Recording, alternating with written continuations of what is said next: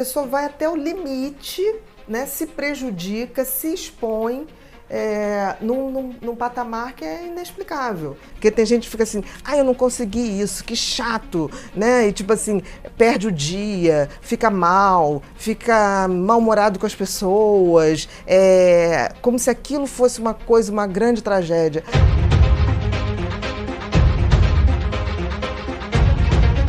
O que acontece é que todo mundo tem raiva, né? Isso é uma coisa comum.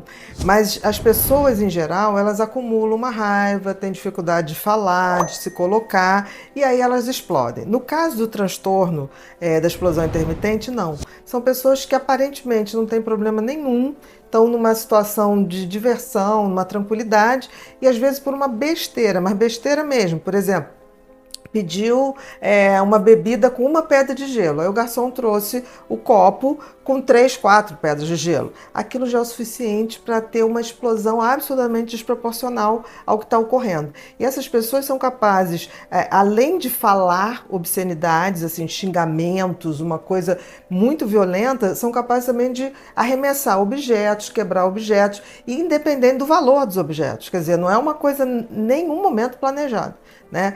Antigamente se falava muito dessas pessoas como se elas tivessem quase como um ataque de fúria, mas uma coisa assim, cegas, elas ficavam cegas de raiva.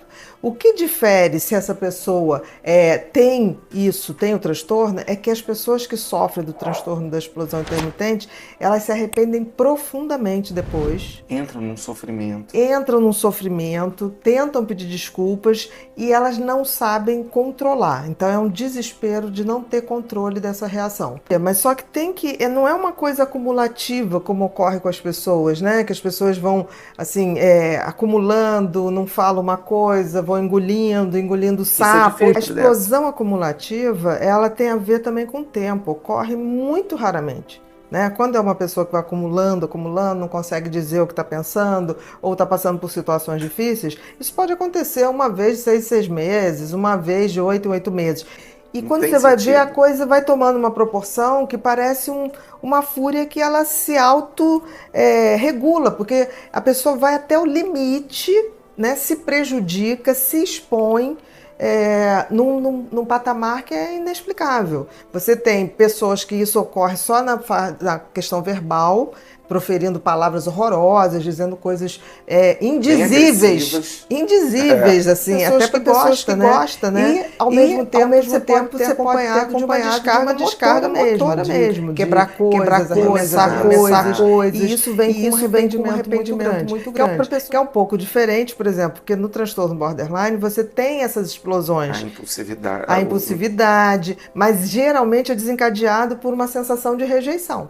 Então, eu sempre digo que a frustração, ela tem uma função maravilhosa, que não é aborrecer as pessoas, porque tem gente que fica assim, eu não consegui isso, que chato, né? E tipo assim, perde o dia, fica mal-humorado com as pessoas, como se aquilo fosse uma coisa, uma grande tragédia. A frustração faz parte do nosso crescimento. Eu não sei se as pessoas se dão conta disso. Eu acho que a frustração, no mundo que a gente tem tudo à mão, né? Por exemplo, hoje você tem a geladeira digital que avisa o supermercado que você está sem alface. Você tem uma casa tecnológica, ela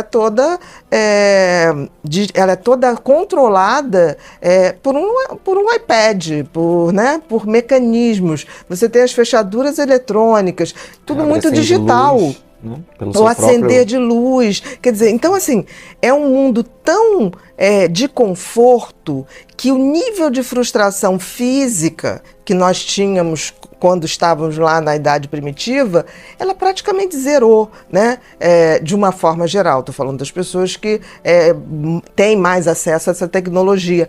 Então eu acho que de alguma maneira as novas gerações, elas não lidam bem com a frustração. Quando você acha que ignorando todos os sentimentos ruins, seus traumas, lembranças ruins, você vai viver melhor. Então são aquelas pessoas que literalmente jogam para debaixo do tapete as suas dores, os seus sofrimentos, como se fosse assim, se eu não falar disso, isso não me atinge. Se eu não mexer nesse vespeiro, eu não Deixar serei... quietinho ali, né? Exatamente. Como tem gente assim, né? Nossa, muito. Até porque a gente vive numa sociedade meio de ostentação. E as pessoas ostentam alegria, ostentam bem-estar, ostentam bens materiais que nem sempre têm, né? E essa positividade tóxica tem se tornado muito recorrente. Eu acho que o sofrimento humano, ele não é uma questão de que você fracassou. Ele é um processo que tem que ser vivido. Não existe você não ter tristeza, porque assim, a gente hoje tem muito, eu vejo muita gente falar de tristeza como se fosse depressão. Tristeza é normal, o ser humano tem que passar por momentos de tristeza. É na tristeza que eu me recolho, que eu reflito, que eu vejo os meus reais valores. Exatamente, eu não posso viver numa festa o tempo todo me distraindo. Porque uma hora isso não se sustenta. Então essa coisa assim, isso é ótimo, isso vai ser maravilhoso.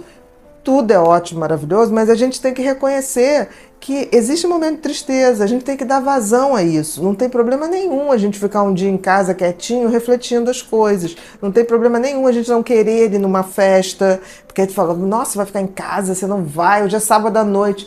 Ok, é sábado à noite. Como o teu cérebro não sabe que tempo é. O teu cérebro ele quer buscar uma estabilidade, ele quer buscar uma segurança, ele quer buscar uma felicidade. E isso só o conhecimento, o autoconhecimento e a gente passando por dores. As dores são necessárias. Inevitavelmente são necessárias. Então, eu não estou dizendo, tipo assim, que se você fica em casa o tempo todo e não sai porque está péssimo, aí já é uma coisa. A positividade tóxica é essa incapacidade que a gente está tendo hoje de ver o outro mais recluso, de ouvir o sofrimento do outro. A gente fala, não pensa nisso, não fala isso, sabe? Tipo assim, deixa eu falar. A gente não pode mergulhar na tristeza, mas a gente tem que ter a tristeza para ser o contraponto do momento de alegria. Se eu não tenho um momento de reflexão ou de tristeza, eu não curto tão bem o meu momento de alegria. É luz e escuridão. Eu preciso sempre do contraponto. Já pensou em ter uma biblioteca de livros online? Onde você pode acessar diversos livros, temas e autores. Livros sobre finanças, investimentos, mentalidade, entre outros temas. Acesse o link que está na descrição do vídeo para saber mais.